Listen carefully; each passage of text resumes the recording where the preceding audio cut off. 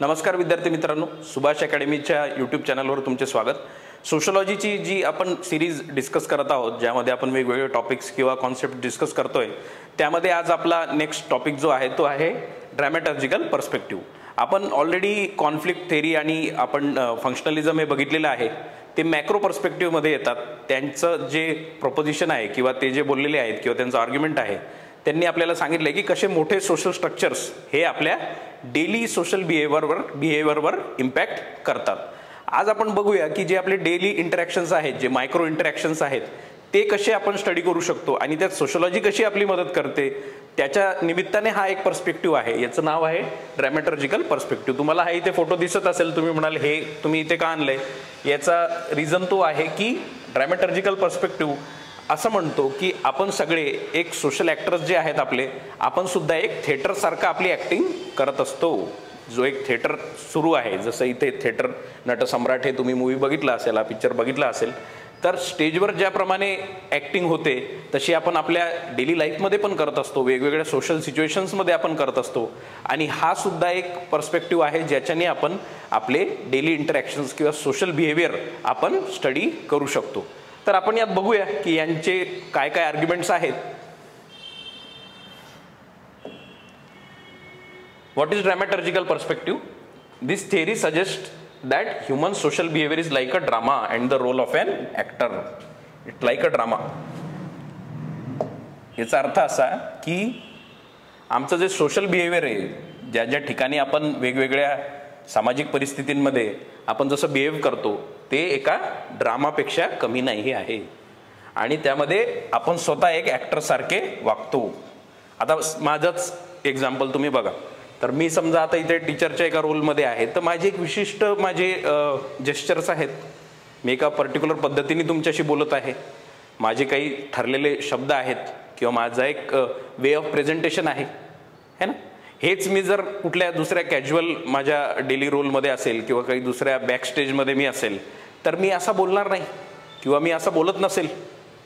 तर जेव्हा जेव्हा आपण ज्या रोलमध्ये असतो, तर आपण त्या थिएट्रिकल सेन्समध्ये वागतो, असं आपल्याला सोसायटीमध्ये वेगवेगळ्या लोकांथ्रू आपल्याला दिसून येतं। आणि जो ड्रॅमॅटर्जिकल पर्स्पेक्टिव्ह आहे हा याच्यावर लक्ष केंद्रित करतो। तर हे एक महत्त्वाचं याचं एक आर्ग्युमेंट झालं। We all play various roles on the stage. Stage म्हणजे कुठलं? Social situation. तुम्ही बघत असाल ना, लोकांना बघता तुम्ही वेगवेगळ्या ठिकाणी कसे वागतात। त्यांचं काही ऑफिशियल काही काम असेल तर तिथे एकदम असे त्यांचं बॉडी लँग्वेज वेगळी असते। कुठला असा तुमचा मित्र असेल, समजा आता मी जिथे राहतो तिथं माझा मित्र आहे, तो एकदम असा फार ऑफिस वर्कसाठी तो जेव्हा जातो त्याचं सगळं अटायर वेगळं आहे, तो त्याचं एकदम तो वेगळ्या त्याच्या झोनमध्ये असतो आणि तिकडनं आल्यानंतर तो फार चिल आउट असतो, त्याचं बॅकस्टेज जे वागणं आहे ते फार वेगळं आहे। तर ड्रॅमॅटर्जिकल पर्स्पेक्टिव्ह हा एर्विन गॉफमन नावाचे जे आपले थिंकर आहेत त्यांनी हा दिलेला आहे। महत्त्वाचं ते हायलाईट करायचं आहे की एर्विन गॉफमनचा हा पर्स्पेक्टिव्ह आहे आणि हा मायक्रो लेवलवर असतो। आणि आपण याच्यात बघतो की वेगवेगळे सोशल बिहेवियरमध्ये आपण ॲज अ सोशल ॲक्टर आपण मुळात एक थिएटरच्या ॲक्टर सारखेच वागतो। ठीक आहे। त्याचा पुढचा भाग असा आहे की just as a play is performed on a stage, individuals present themselves in a society. आपण बेसिकली एक मॅनेज करतोय आपलं एक परसेप्शन जे आहे, कारण की आपण जसं लोकांना दाखवतो तसं त्यांना वाटतं की आपण तसे आहोत। आणि तो जो एक थिएट्रिकल प्ले असतो हा सगळेच लोक करत असतात, म्हणजे प्रत्येक जो सोशल ॲक्टर आहे त्याच्या लेवलवर काहीतरी ॲक्टिंग करत असतो आणि तो थिएटरचाच भाग झाला। आणि हे जे स्टेज आहे, जसं इथे ते मी तो फोटो दाखवला, तर त्याला तरी स्टेजवर जावं लागत आहे, ती तरी ॲक्टिंग आहे, पण डेली लाईफमध्ये सुद्धा ही ॲक्टिंग सुरू असते, असं यांचं म्हणणं आहे, या पर्स्पेक्टिव्हचं म्हणणं आहे। ठीक आहे। एर्विन गॉफमन यांचा हा पर्स्पेक्टिव्ह आहे। मला नाव लक्ष, UPSCमध्ये हा क्वेश्चन ऑलरेडी आलेला आहे या पर्स्पेक्टिव्हवर आणि महत्त्वाचा आहे आणि थोडासा इंटरेस्टिंग पण आहे। ठीक आहे। पुढे आपण बघूया आता याचे की कन्सेप्ट्स, जसे आपण तिकडे बघितलेले कॉन्फ्लिक्ट पर्स्पेक्टिव्हमध्ये क्लास स्ट्रगल वगैरे आपण बघितला, तर असे याचे पण एक ठरलेले काही की कॉन्सेप्ट्स आहेत किंवा कीवर्ड्स आहेत जे तुम्हाला तुमच्या आन्सरमध्ये कोट करायला बरं पडेल। तर पहिलं येतं द फ्रंट स्टेज, जिथे माणूस ॲक्टिंग करत असतो। The public part, where an individual acts according to societal expectations.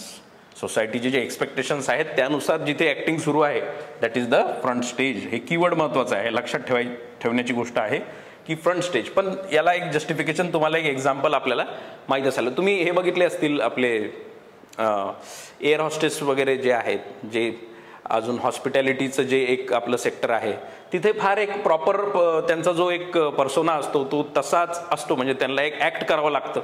त्यांची इच्छा नसताना पण ते एकदम असं हात जोडून स्माईल करणे, हॅलो सर, वेलकम सर, ह्या ज्या गोष्टी असतात ते त्यांचा एक रोल ते करत असतात आणि त्यांच्या सोशल एक्सपेक्टेशननुसार तसं त्यांना वागावं लागतं. तर तो एक त्याचा फ्रंट स्टेजचा भाग झाला. बॅक स्टेज काय मग?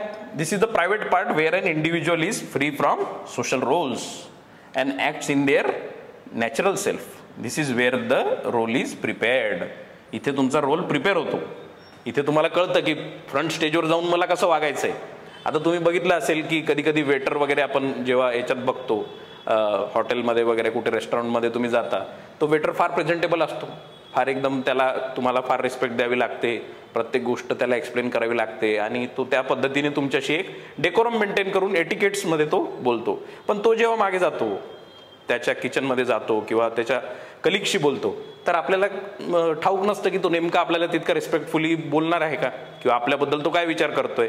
आणि जनरली आपण बघतो, तुम्ही असे इन्सिडेन्सेस बघितलेले असतील की बॅक स्टेजमध्ये लोक जे पुढे जसं वागतात तसं नसतं आणि तो फार त्यांच्या याच्यात कॉन्ट्राडिक्शन असतं त्यांच्या बिहेवियरमध्ये. आता मी कधी कधी ऑब्झर्व करताना बघतो की हे जे आपले डिलिव्हरी बॉईज वगैरे आहेत, जे आपल्याकडे ते द्यायला येतात, आपलं पार्सल वगैरे जे असेल ते पोचवतात, यांना कधी कधी रस्त्यावर सोबत बसून, म्हणजे ते उभे असतात कधी त्यांना वेळ भेटला तर ते आपसात जे बोलतात ते मी ऐकलेलं बऱ्याचदा. माझं थोडं इकडे तिकडे लक्ष असतं. तर ते जनरली ते फार कंप्लेंट करत असतात की किती तो कस्टमर कसा होता, किंवा त्यांच्याबद्दल ते वाईट बोलत असतात किंवा म्हणत असतात की याला तर तेवढा सेन्स नव्हता वगैरे वगैरे, असं त्यांचं सुरू असतं. हेच पण ते त्यांच्यासमोर तसं प्रेझेंट करू शकत नाही. त्यांच्यासमोर त्यांना एकदम प्रॉपर वागावं लागतं, कारण तो त्यांच्या रोलचा भाग झाला. ती त्यांची ॲक्टिंग सुरू असते. ठीक आहे. याच्यातून तुमच्या लक्षात आलं असेल की फ्रंट स्टेज आणि बॅक स्टेज काय आहे. ठीक आहे. तिसरा पार्ट याच्यामध्ये आहे performance. Every individual performs their role which include gestures, words and clothing. हे जे मी तुम्हाला सांगितलं, यांनी फरक पडतो खूप. म्हणजे कसे जेस्चर्स असायला पाहिजे, तुमचे जे हावभाव आहेत ते कसे असायला पाहिजे, शब्द कुठले असायला पाहिजे, आणि तुमचे कपडे म्हणजे तुम्ही तुमचा पोशाख कसा आहे, याच्यावरून डिसाईड होतं की तुम्ही किती प्रॉपर तो रोलमध्ये तुम्ही गेलेले आहात आणि किती तुम्हाला सोशल एक्सपेक्टेशन जी आहे तुमची ती पूर्ण करत आहात, आणि त्यानुसार तुमचं परसेप्शन क्रिएट पुढे होत आहे. बघा, फार इंटरेस्टिंग ह्या गोष्टी आहेत. आपण डेली ऑब्झर्व करतो, पण एर्विंग गोफमॅन यांनी आपल्याला या पद्धतीने ह्या गोष्टी सांगितलेल्या आहेत. आणि स्वतः आपण बघाल तर आपण वेगवेगळ्या रोलमध्ये गोष्टी करतो. म्हणजे आपले वेगवेगळे रोल्स आहेत. आपण कुठे मित्रांना भेटतो तेव्हा वेगळे असतो, पॅरेंट्ससमोर वेगळे असतो, आपल्या फॅमिलीसमोर वेगळे असतो, आणि बाकी जे इतर आपले ऑफिस किंवा कामाच्या ठिकाणी आपण वेगळे वागतो. तर सगळीकडे एक जो आपला एक सोशल ॲक्टर किंवा एक थिएटर ॲक्टरचा जो एक पार्ट आहे, तशी एक ॲक्टिंग चाललेली असते. आणि तेच इथे आपल्याला हायलाईट हे करतायत. म्हणजे ड्रॅमॅटर्जिकल पर्स्पेक्टिव्ह तेच हायलाईट करतोय. इम्प्रेशन मॅनेजमेंट चालू असतं आपलं. This is the conscious effort made to create a good impression on others. आता आपण जेव्हा आपल्या मित्रांना किंवा इतर लोकांना भेटतो तर आपला रोल काय आहे, म्हणजे आपल्याला ते आपल्याला कुठल्या आयडेंटिटीने ओळखतात ते मेंटेन करण्यासाठी आपण त्याला त्या पद्धतीने गोष्टी सांगतो. तुम्ही रँडमली इथे आपले जे प्रिपरेशनचे जे एरिया आहे, आपलं हे असेल, आपलं सदाशिवपेठ असेल किंवा ओल्ड राजेंद्रनगर तिकडे असेल, तर तिथे समजा हे जे ॲस्पिरंट लोक आपले राहतात, तर तुम्ही कोणालाही भेटलं तर तो ॲस्पिरंट आहे, एकमेकांना माहिती आहे, तर कोणी भेटलं तर पहिले सांग, अरे आज मी हे वाचलं वगैरे, जरी त्याने त्या दिवशी अभ्यास केलेला नसेल, पण त्याचा फ्रंट स्टेज जो त्याला दाखवायचा असतो की नो आय डू स्टडी, माझं काम चाललंय व्यवस्थित, तर ते इम्प्रेशन मॅनेजमेंट आपलं सतत चालू असतं. तर ते एक म्हणजे तुम्ही नोटीस केलेलं असणार ह्या गोष्टी. ठीक आहे. चौथं, ऑडियन्स. म्हणजे इम्प्रेशन मॅनेजमेंट आपण करतो तर the other people in society who observe our performance. आपला परफॉर्मन्स सोसायटीमध्ये जे बघतात ते ऑडियन्स, आणि ऑडियन्स पण ॲक्टर असतेच. ऑडियन्स पण त्यांच्या पर्टिक्युलर लाईफमध्ये ॲक्टर असतेच. तर ओव्हरऑल सोसायटीतला प्रत्येक माणूस कोणत्या ना कोणत्या लेवलवर ॲक्टिंग करत असतो. त्याचा एक फ्रंट स्टेज आहे, त्याचं बॅक स्टेज आहे, आणि तो इम्प्रेशन मॅनेजमेंटमध्ये फार हुशार झालेला आहे किंवा त्यांनी ते शिकलेलं आहे समाजात राहून. बघा किती कॉम्प्लेक्स अशी गोष्ट आहे, पण एक थिएट्रिकल जो मेटाफर यांनी दिला आहे, एर्विंग गॉफमन यांनी जो दिला आहे, तो फार ॲप्रोप्रिएट आहे. तुम्ही बघाल तर याच्याने तुम्हाला ते कळालं असेल की नेमकं आपल्या या पर्स्पेक्टिव्ह काय बोलतो. ठीक आहे. इम्पॉर्टन्स याचा म्हणजे आपण या दृष्टिकोनातून आपण काय शिकू शकतो किंवा याचा ऍस्पेक्ट काय. This helps us better understand human communication and social interaction है ना. ह्युमन कम्युनिकेशन अँड सोशल इंटरॅक्शनला आपण फार एक नुआन्स्ड वेमध्ये शिकू शकतो. जे मॅक्रो जे काय करत होते ना ते फार एकदम जेनरिक वेमध्ये बोलत होते. इथे थोडंसं आपल्याला एक पर्टिक्युलर सेन्समध्ये आपल्याला कळतं की नेमके सोशल इंटरॅक्शन आणि कम्युनिकेशन होतात तरी कसे. ठीक आहे. तर हा एक त्या दृष्टिकोनातून थोडंसं याचं महत्त्व आहे. It shows how we control our social roles and influence others. हे पण दाखवतं आपण आपला सोशल रोल जो आहे तो कसा वी कंट्रोल करतो आणि दुसऱ्यांना कसं प्रभावित करतो, कसं इन्फ्लुएन्स करतो की आपला रोल काय आहे, आपण काय करतोय नेमकं, हे पण आपण करत असतो. ठीक आहे. आणि ओव्हरऑल तुम्ही बघाल तर फार म्हणजे आजच्या युगात किंवा प्रेझेंट याच्यामध्ये तुम्ही याला अप्लाय करायचं बघितलं तर सोशल मीडिया हे खूप महत्त्वाचं एक्झाम्पल झालं. सोशल मीडियावर जे पोस्ट करतो आपण ती आपली फ्रंट स्टेज. सोशल मीडियावर लोक कधीच आपलं वाईट गोष्टी किंवा आपले जे प्रॉब्लेम्स चालले आहेत लाईफमध्ये जे इश्यूज आहेत त्या कधी टाकत नाहीत. त्यांचा फ्रंट स्टेज तिकडे सुरू असतो, ॲक्टिवेट असतो तो पूर्ण. ते सगळ्याच गोष्टी की मी कुठे गेलो, काय चाललंय, मला आज खूप चांगलं वाटत आहे वगैरे वगैरे असं ज्या ज्या गोष्टी तिथे सुरू असतात तिथे कोणीच आपलं असं रिअल सेल्फ दाखवत नाही.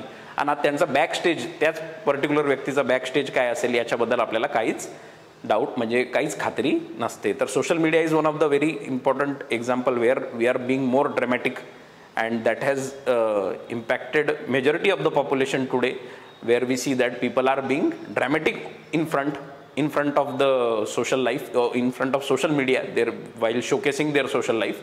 On the other hand, in their personal lives they are facing issues which they themselves cannot talk about to anyone. So dramaturgical perspective can be applied in this particular sense. हा त्याचा थोडा current application मी तुम्हाला सांगितलं. This theory clarifies that human behavior is not just natural but is shaped by social circumstances. म्हणजे human behaviour हे खूप natural आणि spontaneous नसून सोशल सर्कमस्टान्सेस आपल्या बिहेवियरला हे करतात म्हणजे ते इन्फ्लुएन्स करतात. हे याचं एक महत्त्वाचं एक कन्क्लुजन याच्यातून आपल्याला दिसतं. तर हा असा महत्त्वाचा आपला हा ड्रॅमॅटर्जिकल पर्स्पेक्टिव्ह होता. याच्यामध्ये एक क्रिटिसिझम जर बघायचं म्हटलं तर हे मेटाफर जे दिलेलं आहे हे ज्या पद्धतीने थिएटरची उपमा दिलेली आहे आपल्या डेली लाईफला हे कधी कधी थोडंसं फार फेस्ट वाटतं, फारच ओव्हर सिम्प्लिफिकेशन वाटतं है ना. कधी कधी कुठला व्यक्ती फार उत्स्फूर्तपणे किंवा स्पॉन्टेनियसली पण कुठली गोष्ट करू शकतो. तो नेहमीच मॅन्युप्युलेशन करतोय किंवा नेहमीच तो एक कॉन्शियस वेमध्ये कोणाला आपलं एक जे परसेप्शन आहे ते क्रिएट करायचा प्रयत्न करतोय हे पण म्हणणं थोडंसं चुकीचं आहे किंवा त्याच्यावर आपण कम्प्लिटली अग्री करू शकत नाही. पण ओव्हरऑल एरविन गॉफमॅनचा हा जो पर्स्पेक्टिव्ह आहे हा फारच एकदम यांनी आपल्याला सोशल लाईफ किंवा सोशल बिहेवियर जे आहे हे ॲनालाइज करायला एक आपली म्हणजे एक चांगला आपल्याला पर्स्पेक्टिव्ह भेटतो. ठीक आहे. पुढचा टॉपिक आपण नेक्स्ट याच्यामध्ये घेऊया.